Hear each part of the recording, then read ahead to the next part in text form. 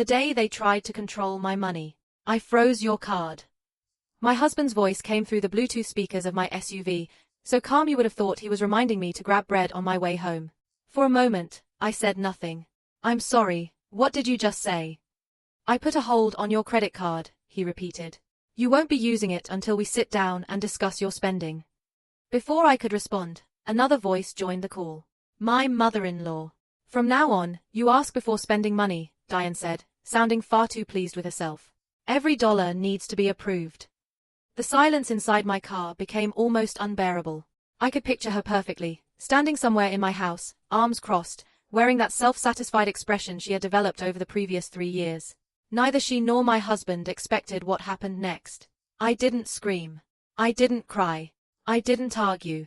I simply ended the call. Then I started the engine and drove directly to my bank. 2 hours later, my phone was filled with 55 missed calls. And by then, the financial control they believed they had over me had completely disappeared. My name is Emily Carter. Until that afternoon, my husband, and nearly everyone else who knew me, thought I was the kind of woman who stayed quiet no matter what happened. In some ways, they were right. For 17 years, I had chosen peace over winning arguments. I believed a marriage sometimes required one person to remain calm when everything became difficult. Most of the time, that person had been me. Mark and I met when we were both in our 20s. I was completing graduate school and preparing for my career in accounting. Mark was trying to build a construction company with almost nothing, one old pickup, a collection of tools, and enough confidence to convince himself he would succeed. I respected his ambition. He appreciated my patience. We didn't start with much, but over time, we created a good life. His construction business expanded. My own career grew as well.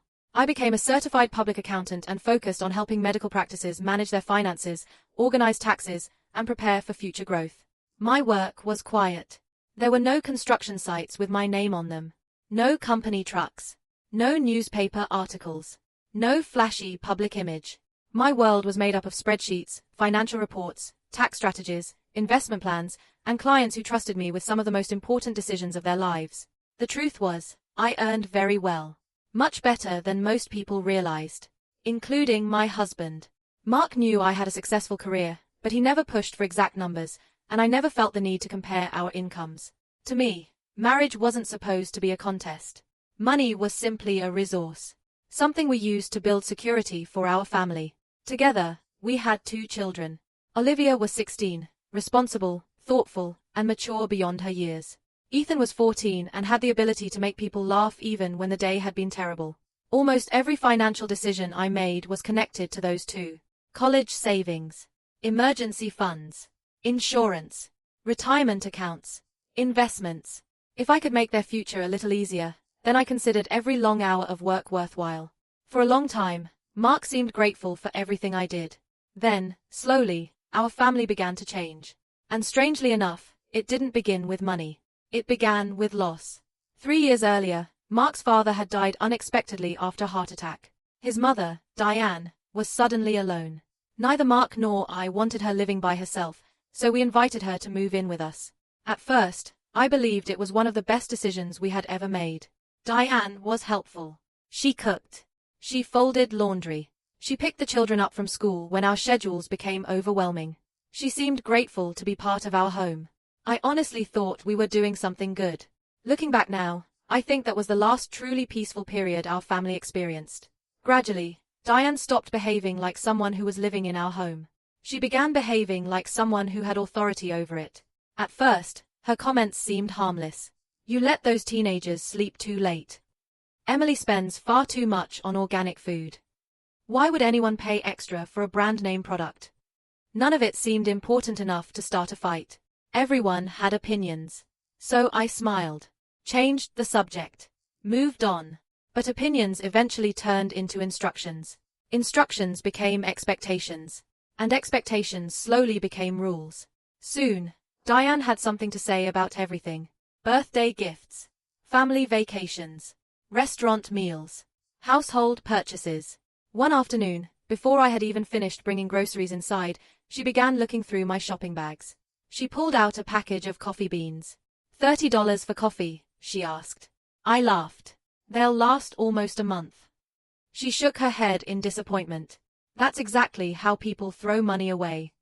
I remember standing there and thinking, I paid for those with money I earned. Why is this even her concern? But once again, I said nothing. Keeping the peace felt easier.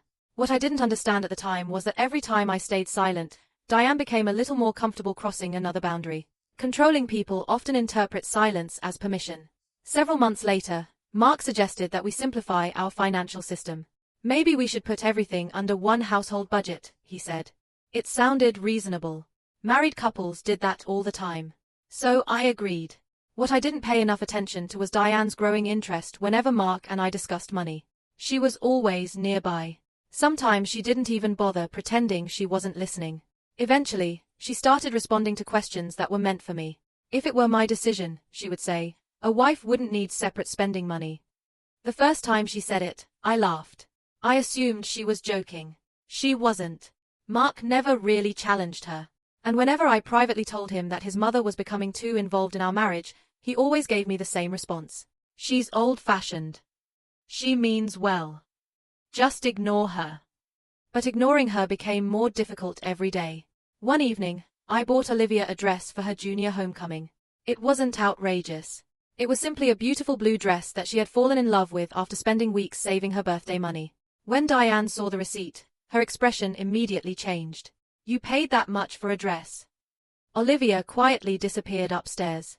I remained calm. She deserves something special. Diane turned toward Mark. See? This is exactly what I've been trying to explain. I waited for my husband to defend me. Instead, he sighed. Maybe Mom has a point. That hurt more than I wanted to admit. Not because of the dress. Because in that moment, I realized Mark was no longer seeing me as an equal partner. Little by little, he had started looking at me through his mother's eyes. Still, I continued doing everything I had always done. Every month, I handled our tax planning. I monitored retirement accounts.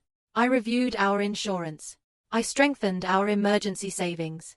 When Mark's business went through slower periods, I quietly adjusted our finances so his employees could still be paid. He never really asked how I made everything work. He simply assumed it always would. Sometimes the people who benefit the most from your sacrifices are the least aware of them. Then came the purchase that changed everything. Ethan's laptop died while he was finishing a major school project. I researched replacements, compared prices, and found a good holiday discount. Then I bought him a new one using the family credit card. To me, it was a completely normal decision. Apparently, Diane saw the transaction notification before Mark did. By the time he called me that afternoon, the two of them had already decided that I needed to learn a lesson. They believed freezing one credit card would remind me who had control. What they didn't know was that the credit card was never the foundation of our family's financial security. I was. As I parked outside my bank that afternoon, another realization hit me. For 17 years, I had worked to protect everyone else's future. Maybe it was finally time to start protecting my own. People often imagine that controlling behavior appears suddenly. But it usually doesn't. At least, it didn't in my marriage. It arrived through small compromises. Tiny moments that never seemed serious enough to fight about. Every boundary I allowed to be crossed seemed easier to ignore than confront. By the time I finally understood what was happening, I barely recognized the relationship Mark and I had spent 17 years building. The morning after Diane moved into our home, I woke up to the smell of pancakes. She stood in the kitchen humming an old country song. When she saw me, she smiled. I thought I'd make breakfast so you could sleep a little longer. I hugged her. You really don't have to do that. I know, she replied. I wanted to. Back then, I genuinely enjoyed having her around. She loved the children. She told funny stories about Mark when he was young. She remembered birthdays. Every Thanksgiving, she baked pies from scratch. If someone had told me then that this same woman would eventually encourage my husband to monitor and control my spending, I would have laughed. Life rarely announces the exact moment when everything begins to fall apart. The changes simply happen quietly, one after another, until one day you realize everything is different. About 6 months after Diane moved in, she began asking me strange questions. How much does your office pay you? Oh, enough, I answered. More than Mark. I smiled politely. We both earn good money. She didn't like that answer. She wanted exact figures. Comparisons. A winner and a loser. I refused to give her either. Money had never been a competition in my marriage. Not until Diane decided to turn it into one. One Saturday afternoon, Mark came home exhausted from a job site. His company had recently secured several commercial remodeling projects, and he had been working almost every weekend.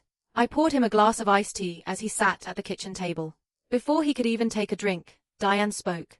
Emily bought another one of those expensive candles. Mark looked confused. What candle? The one in the living room. He shrugged. If she likes it, what's the problem? It cost $40. Mark looked toward me. You spent $40 on a candle. I laughed. Actually, it was $38. He smiled slightly. Still sounds expensive. It'll probably last 6 months. That should have ended the conversation. Instead, Diane added quietly, it's small purchases like that which keep people from ever building real wealth. I almost laughed again. If only she knew. The candle cost less than what one of my investment accounts earned in dividends during a typical month. But I said nothing. I had no interest in proving myself. That's how financial control often begins. Not with major decisions. With questions. Do we really need this? Can't we wait? Did you check other prices? Eventually, questions become expectations. And expectations become demands for permission. One evening, after work, I stopped at the grocery store. The total was nearly $300. Food had become expensive. So had paper products, cleaning supplies, and enough snacks to satisfy 2 teenagers who somehow seemed capable of emptying an entire kitchen over a weekend. As I placed everything on the counter, Diane began searching through the bags. She held up a package of salmon. This wasn't discounted. No. Then she found fresh berries. You bought these too? Yes. Next came imported cheese. I smiled. The kids love it. Diane released a long, dramatic sigh. When I raised my family, we understood the difference between necessities and luxuries. Before I could respond, Mark walked into the kitchen. Without knowing what had happened, he asked, everything okay? Diane answered before I could speak. We're discussing the household budget. Mark looked at the groceries scattered across the counter. Then he looked at me. Maybe Mom's right, he said casually. We could probably spend less. And in that moment, standing in my own kitchen, surrounded by groceries I had paid for with money I had earned, I finally began to understand something. They didn't just want a smaller budget. They wanted control. And they had no idea what would happen when I finally stopped giving it to them. When I finally took back control. I looked at him. About groceries. Mark wouldn't meet my eyes. I'm just saying Mom has more experience. Experience. That word became his favorite excuse. Whenever Diane criticized me, he called it experience. Whenever she crossed a boundary, he called it advice. Whenever I told him I felt disrespected, he told me I was taking things too seriously. Eventually, I stopped bringing it up. Not because I agreed with him. Because I was exhausted. Meanwhile, my professional life continued exactly as before. Most mornings, I reached my office before 8. My clients included surgeons, dentists, family doctors, and physical therapy clinics. I genuinely enjoyed helping people make better financial decisions. Some doctors earned enormous incomes but somehow struggled to save. Others had more than enough money yet lived in constant fear that they would lose everything. Over the years, I had learned that money wasn't simply about numbers. It was about fear, pride, security, hope, emotion. The irony wasn't lost on me. I could help complete strangers organize their financial lives while my own family was slowly becoming emotionally and financially divided. Then Mark's construction company hit a rough patch. Winter weather delayed several commercial projects. Payments from clients arrived late. But payroll deadlines didn't care about the delays. Mark came home frustrated almost every night. I don't know how we're going to get through this month. I quietly opened my laptop. Let's take a look. For the next 2 hours, we went through everything together. I reorganized payment schedules, adjusted the cash flow, postponed unnecessary expenses, and moved funds between accounts. Eventually, the numbers worked. Mark leaned back and breathed out in relief. I don't know how you always manage to fix this stuff. I smiled. It's what I do. What I didn't tell him was that I had also moved money from one of my personal investment accounts to keep his company financially stable. I didn't do it because he asked. I did it because I believed his success was our family's success. I'd never believed marriage should be about keeping score. So I never kept one. But our children had begun noticing what was happening. One evening, Olivia knocked on my bedroom door. "Mom." "Yeah." She stepped inside. "Grandma doesn't really like you, does she?" Her question caught me completely off guard. "Why would you think that?" "She complains about everything you buy." I forced a small smile. Adults don't always agree with each other. Olivia sat down beside me. "I've never heard her complain when Dad buys fishing equipment." I laughed quietly. "Neither have I." She paused. "I don't think that's fair." I put my arm around her. "Life isn't always fair." She looked at me. "But you're always nice to her." I kissed her forehead. Because being kind says more about who we are than who we're dealing with. At the time, I believed that completely. Now, I'm not sure. Because kindness shouldn't always mean remaining silent. Sometimes silence simply teaches someone that disrespect is acceptable. Then came the conversation that changed everything.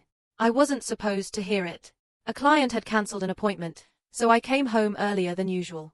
As I stepped through the garage, I heard voices coming from the kitchen. Mark and Diane. Neither knew I was home.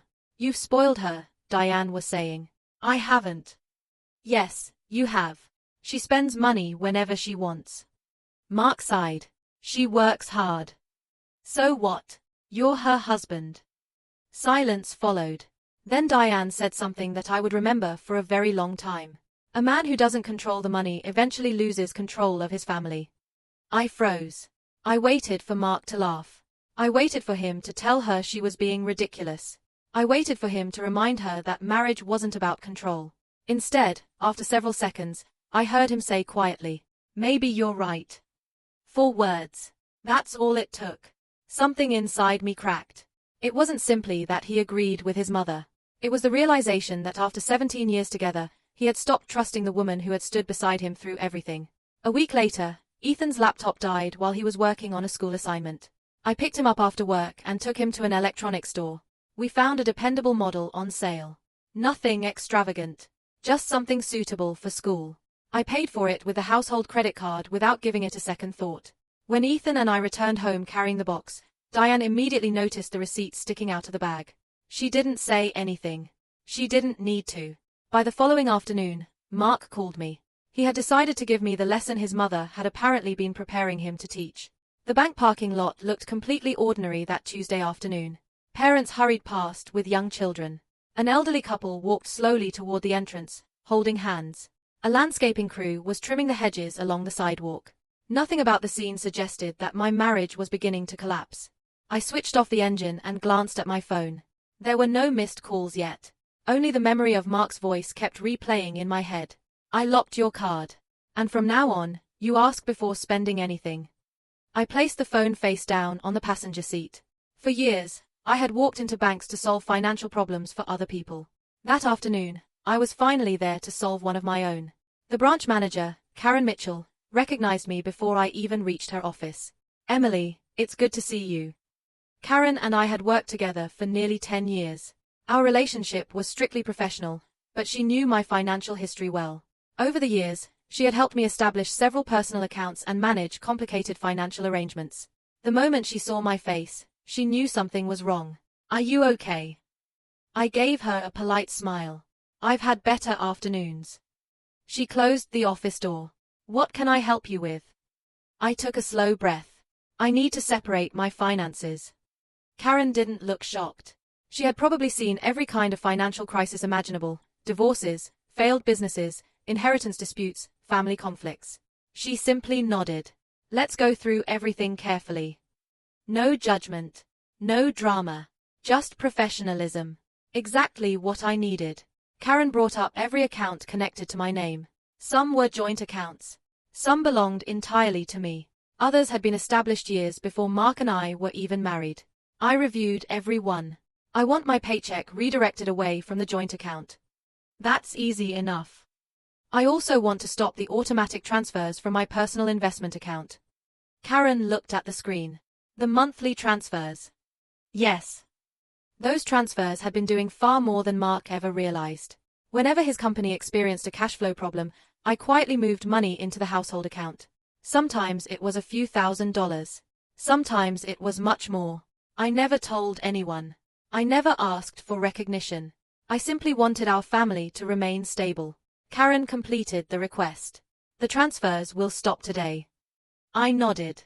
Thank you. Then we moved on to my personal savings, my brokerage account, and finally, the trust my late aunt had left me years earlier. Mark knew I had inherited money. What he didn't know was that I had invested almost all of it rather than spending it. Over the years, those investments had grown steadily. Not because I got lucky. Because I had been patient. Dividends were reinvested. Interest accumulated. Investments compounded. Slowly and quietly, the way genuine wealth often does. I want these accounts completely separated from all household activity. Karen confirmed the paperwork. Done. Then she noticed something else. There are also several guarantees connected to Mark's business credit lines. I wasn't surprised. Years ago, when his construction company was still expanding, I had agreed to become an additional guarantor. My income and assets had strengthened his applications. At the time, it seemed perfectly reasonable. We were partners. Now, everything felt different. I want to remove myself from those guarantees wherever the law allows. Karen nodded. Some can be withdrawn after review. Others may require replacement documentation. I understand. She handed me the necessary paperwork. I signed every page carefully. Not angrily. Not emotionally. Carefully. Every signature meant more than a financial adjustment. It represented a boundary. One I should have established years earlier. Karen paused. I hope you don't mind me asking something. I looked up. Go ahead. Is this leading toward divorce? I glanced down at my wedding ring. For 17 years, I had worn it without ever seriously imagining a future without it. I honestly don't know. Karen nodded gently. Sometimes separating finances can actually save a marriage.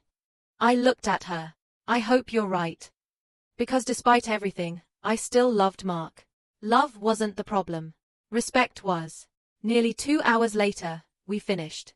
Karen handed me a folder containing all the updated account information. Everything that belongs exclusively to you is now separated. I thanked her and stood. Before I left, she said something I'll never forget.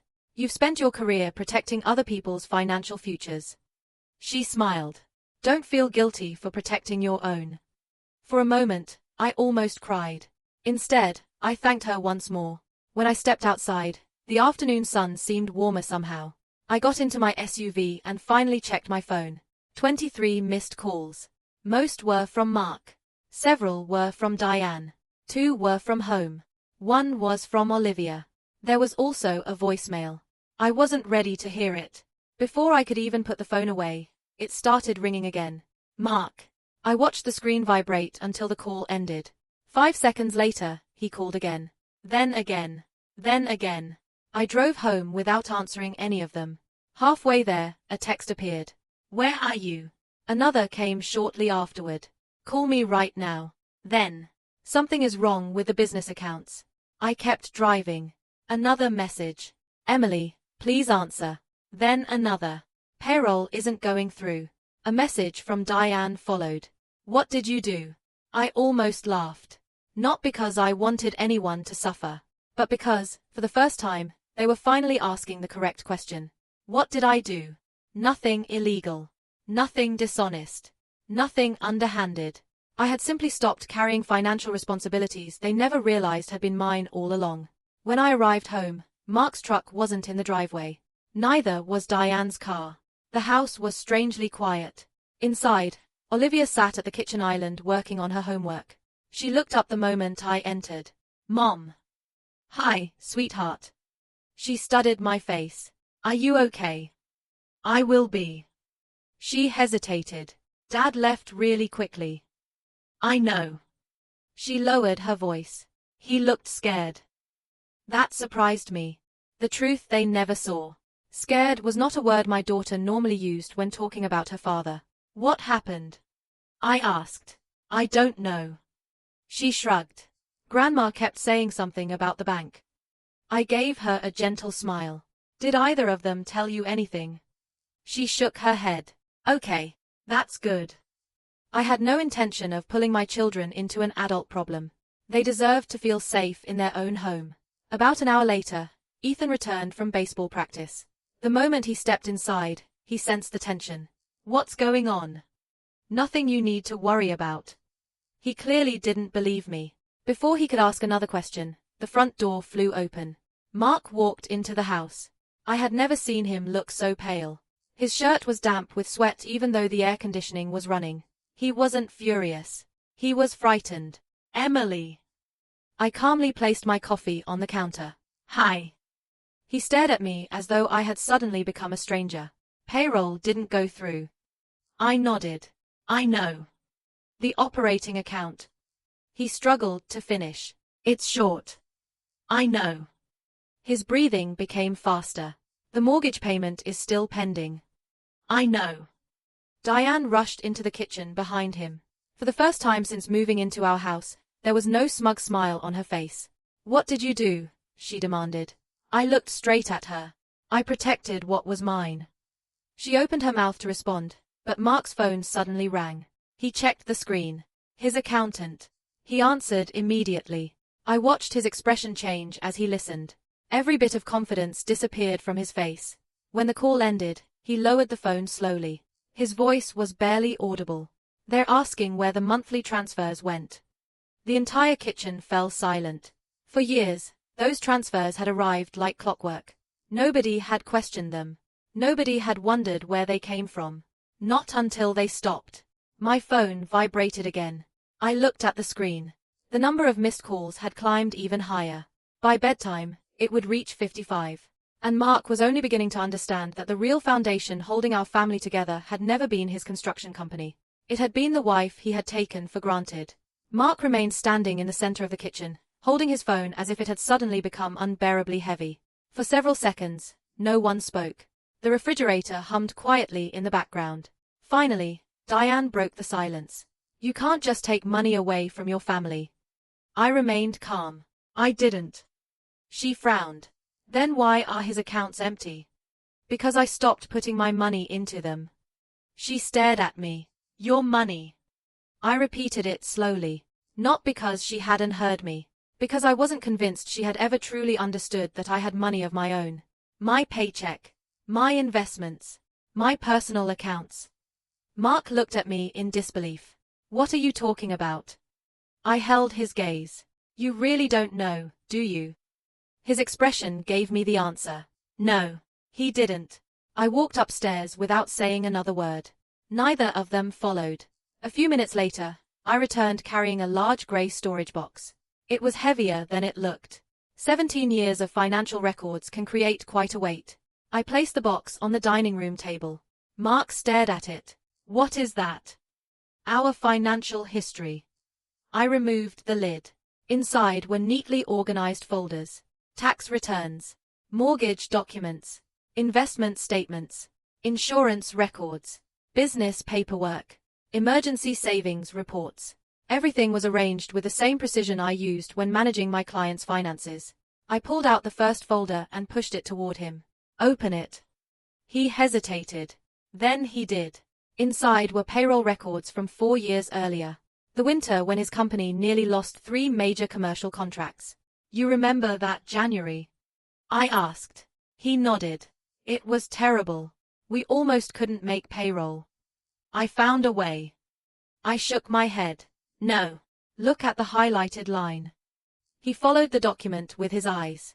I transferred $32,000 from my investment account. His eyebrows shot upward. "What?" "You didn't find a way, Mark." "I did." He stared at the page. I don't remember this." "Because I never told you." I opened another folder. "Now look at this one." He slowly turned through the documents.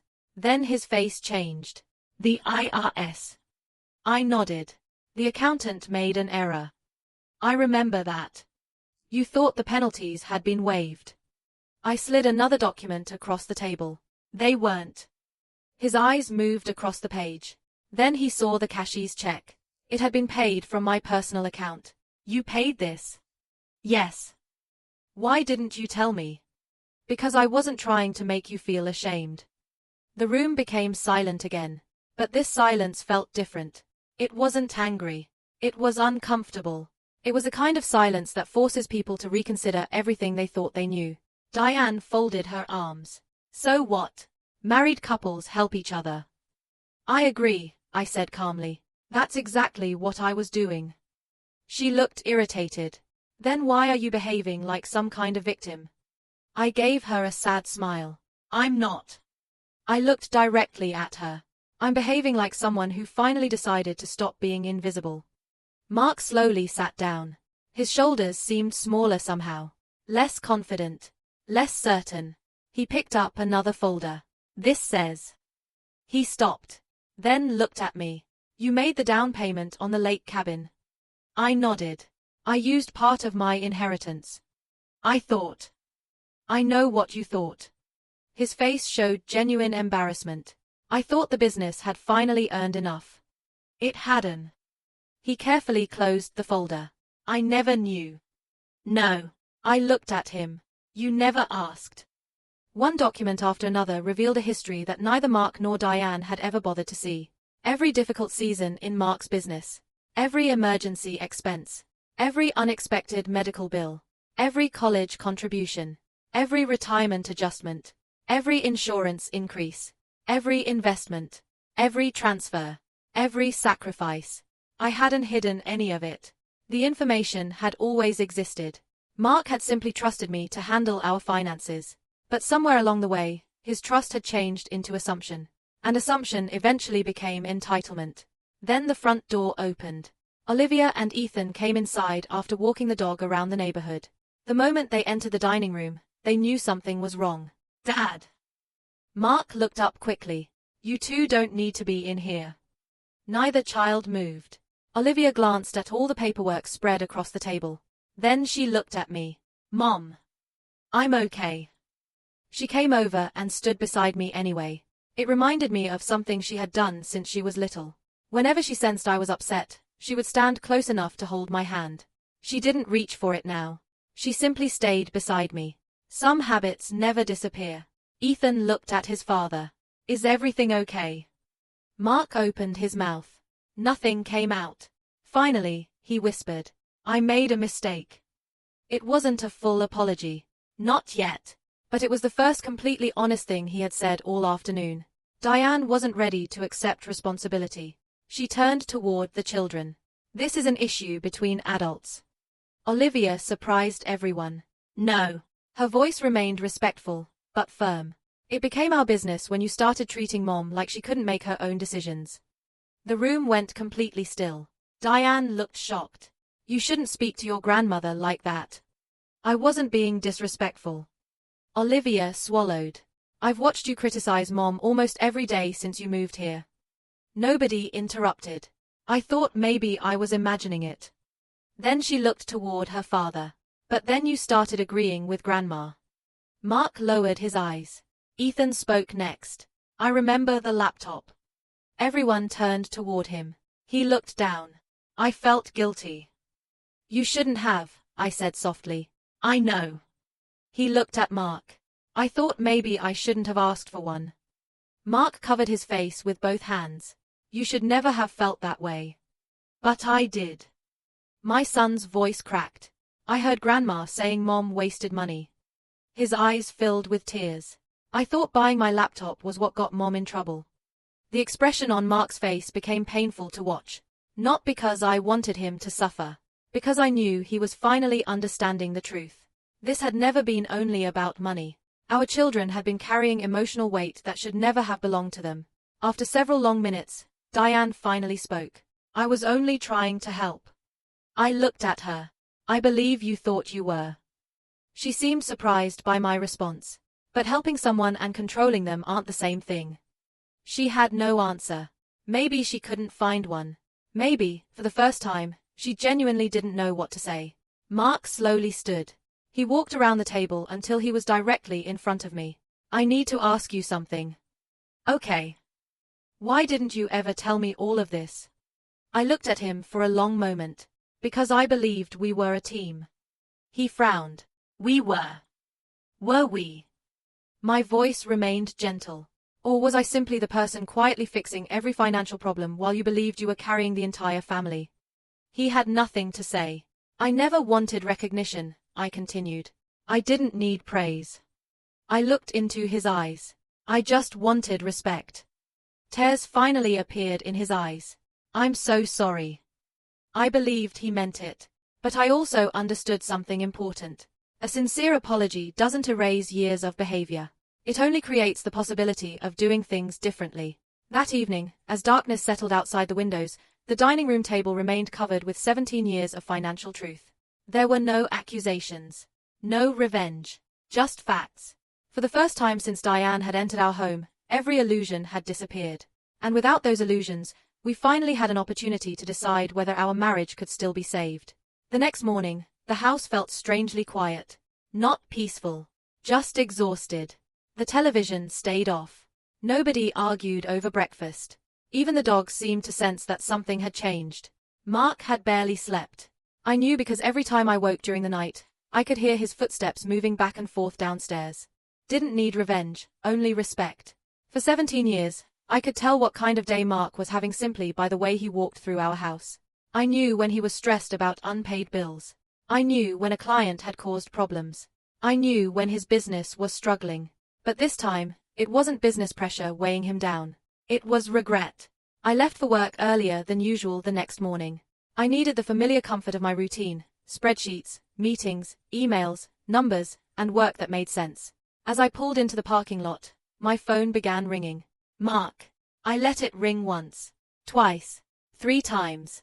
Then I answered. Hi. His voice sounded exhausted. Can we talk tonight? We've already talked. I know. There was a pause. I mean really talk. I stared through my windshield. No yelling, no blaming, and no interruptions from your mother. I'll make sure of it, he replied immediately. For the first time since everything had fallen apart, I believed him. I'll be home around 6. Thank you. The workday moved painfully slowly. My clients had no idea that my marriage was hanging by a thread.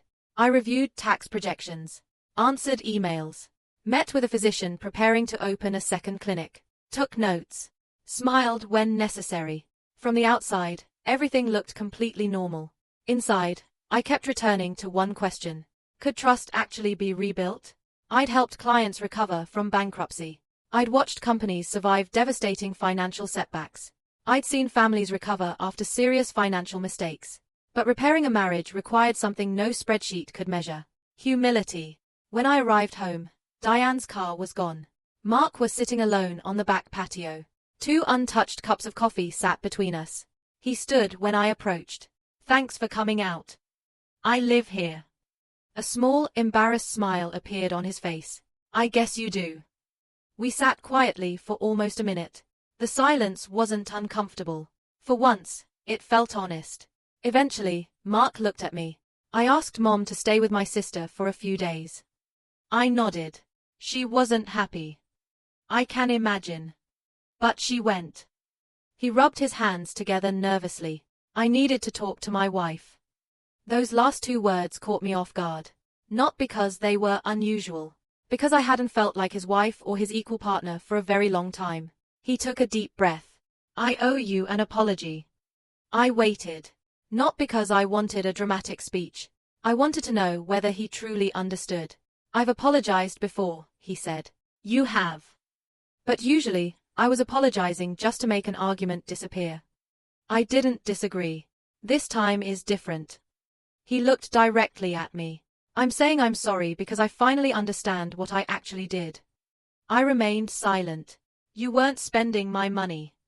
He paused. You were protecting our family. I nodded. And I allowed my mother to convince me that protecting our family meant controlling you.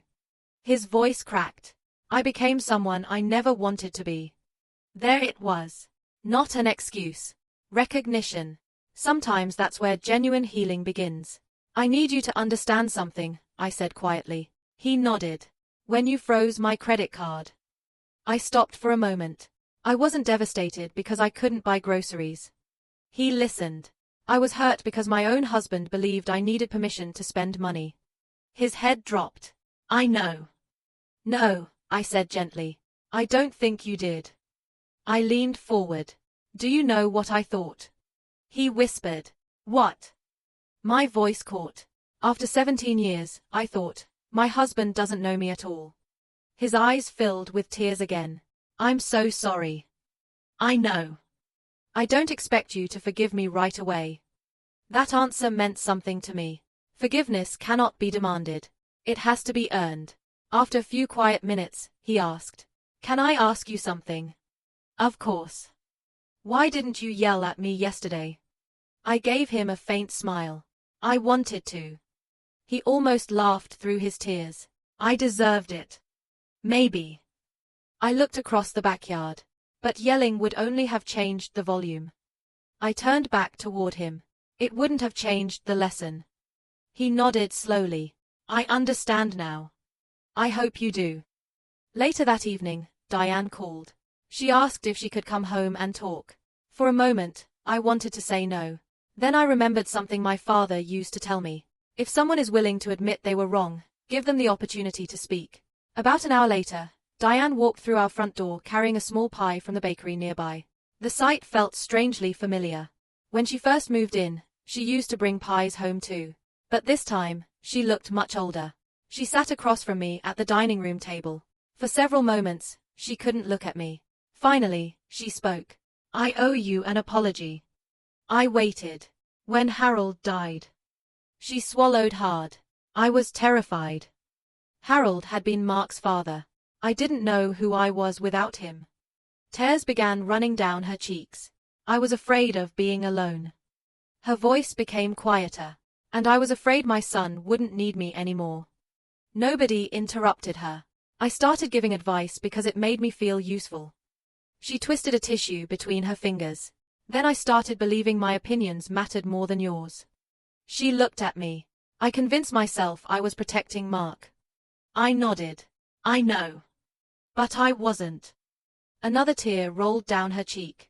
I was creating distance between two people who loved each other. She looked toward Mark. I'm ashamed of that.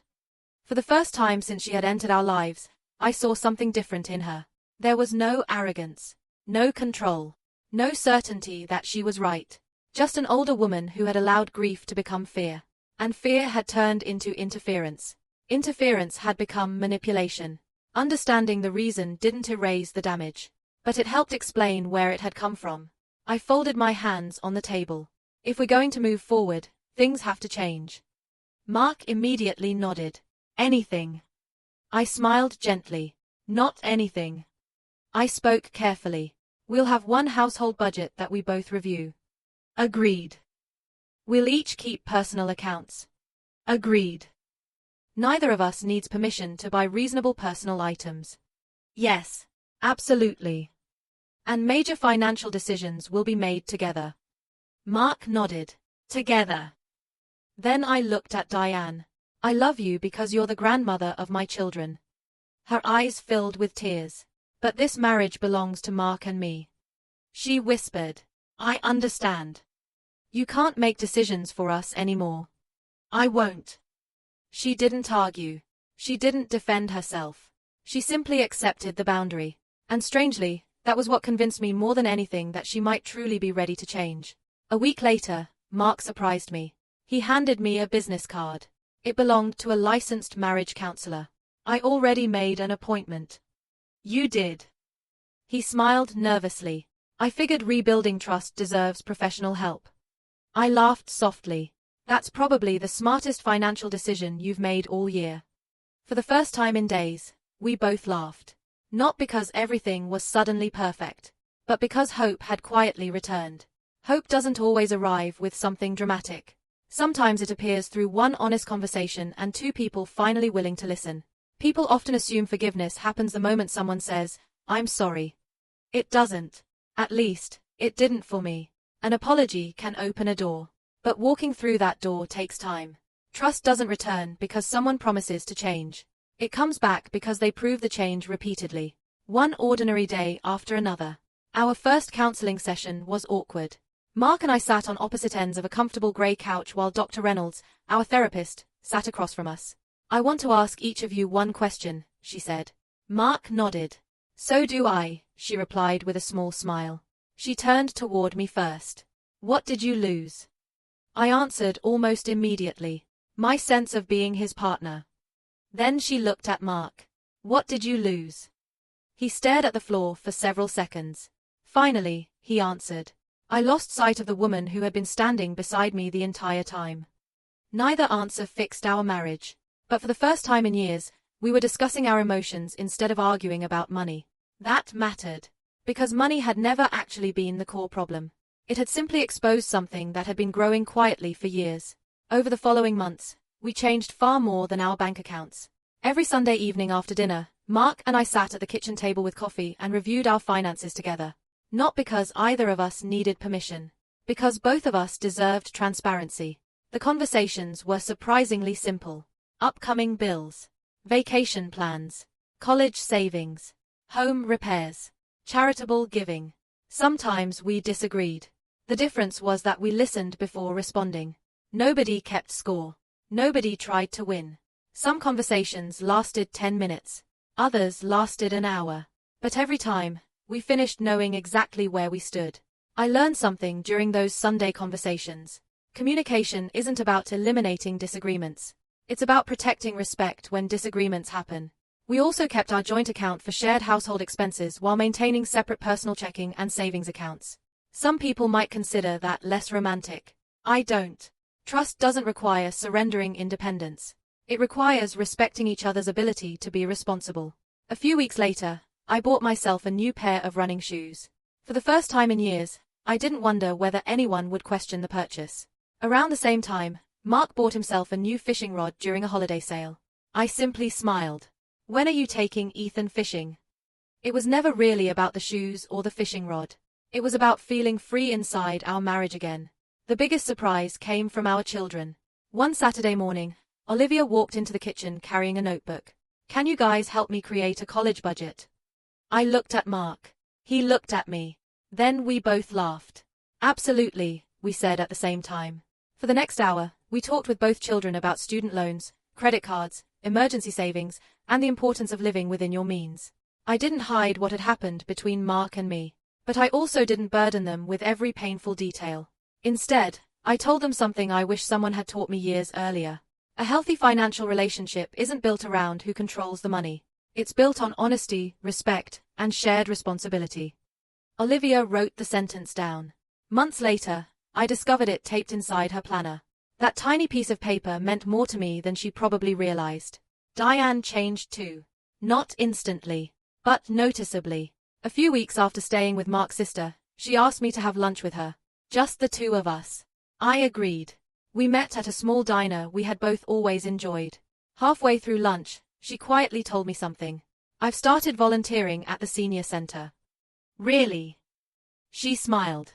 They needed someone to organize their donation records. I laughed. So you're doing bookkeeping now? She nodded proudly. It keeps me busy. But I understood there was more to it than that. She had found something she had been missing. Purpose. She no longer needed to insert herself into our marriage to feel valuable. She had begun building a life of her own. She still offered advice occasionally. But there was one important difference. She waited until we asked. And when we said, "We've got it," she smiled and let the subject go. That small change transformed our relationship more than either of us expected. Almost a year after the day Mark froze my credit card, we celebrated our 18th wedding anniversary. Nothing extravagant. Just dinner at the little Italian restaurant where we'd celebrated our 10th anniversary years earlier. As we finished dessert, Mark reached into his jacket. For a second, I wondered if he'd bought jewelry. Instead, he placed a small envelope in front of me. Inside was a replacement credit card. I looked at him. You know I already have cards. I know. He smiled. I just think this one belongs in your wallet. I raised an eyebrow. Why? He reached across the table and took my hand. Because this one is different. How? He paused. It's not about spending. Then he smiled. It's about trust. I smiled too. You know I never wanted the card. I know. I wanted my husband to see me as his equal. He squeezed my hand. You always were. He looked down for a moment. I was just too blind to understand it. There was no applause. No dramatic movie ending.